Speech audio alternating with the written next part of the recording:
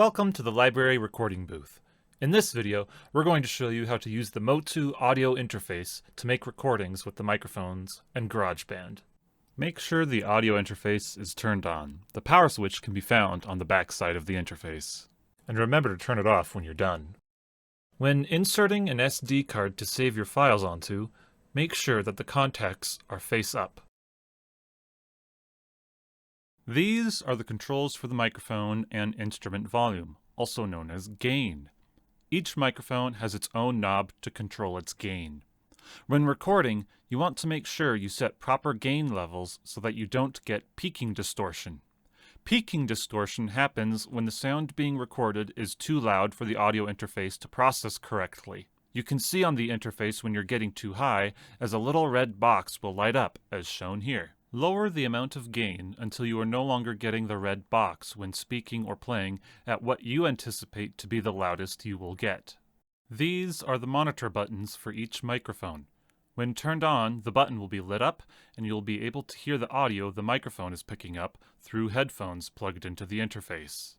This knob controls what is being sent to the headphones. In order for you to always be able to hear what the microphones are picking up when the monitor buttons are turned on, keep it pointed straight up. Also, do not turn on the 48V buttons. 48V stands for 48 volts, also known as phantom power, which is meant to be used on microphones that require more power to function. Our microphones do not require this, and they may not function properly if these buttons are on. Don't worry about this large knob, as it's meant to control volume to speakers, which are not part of this setup. These smaller knobs are your volume control for headphones. They are what you'll plug into in order to listen back to the microphones or instruments when the monitor buttons are turned on. If you have brought your own instrument to record with, like an electric guitar, plug in your guitar into the fourth socket on the back of the audio interface and make sure it is plugged in all the way. You can control your instrument volume with the fourth gain knob. When plugging in your headset, make sure it is plugged in as far as it can go. Let's now talk about proper microphone distance. This is not proper distance from the microphone. You want the microphone to be positioned about palm length distance from your mouth. It will help pick up your voice more clearly compared to any other unwanted sounds. Avoid getting too close to the microphone as well. When the microphone is right up at your mouth, you'll start to hear what's called the proximity effect, which makes your voice sound deeper and bassier in tone. If you like the bassier tone, then go ahead and take advantage of the proximity effect, but keep in mind your recording levels. The proximity effect also increases loudness, so if your recording levels are too high, you'll get distortion that sounds like this. The first two microphones both sit on swivel arms that can be adjusted into nearly any position you want. If you're finding it hard to adjust the arm, there might not be enough slack in the cable connecting it to the microphone. The microphones are directional, which means they pick up sound best from only one direction. If you don't want to have the microphone directly in your face when recording, you can set it to the side and angle it towards your mouth or chest, but still try to keep it at palm length distance. The third microphone is ideal for recording songs. This is GarageBand, which we recommend you use for your recordings. For a more in-depth tutorial on using GarageBand, check out the other video we have saved on the computer specifically for it.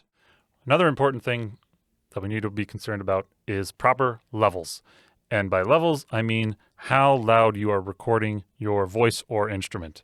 And so right now I'm at a proper level. I have checked my monitoring and I've spoken loudly and just paid attention to where the levels are at. And I can hear myself clearly. There's no distortion. And then you also want to make sure that you're not being too quiet, because then obviously you can't hear yourself. Now you can increase your volume in post editing, but if you're down here, you're probably not going to be capturing your voice very well, and you probably can't hear me very well anymore at all, even though I'm speaking at fairly loud, normal talking volume. So make sure that you're paying attention to your levels, and you will also see on the graph up here, and it should look like you're getting spikes of audio, because if it's too low, you probably won't be seeing much, and if it's too high, it'll be spiking way too high up like that. In order to save a recorded file, hover over the Share tab at the top of the screen. In the drop-down menu, go to Export Song to Disk. You'll be able to name your file, assign tags to it, for Mac use only, select the export destination, which we recommend using your own portable hard drive or SD card, and also the file type. To get the highest quality recording, we recommend saving it as an uncompressed 24-bit AIFF or WAV file. Hit Export and wait for the program to complete the export. That's it! You can now take your media and do with it as you like.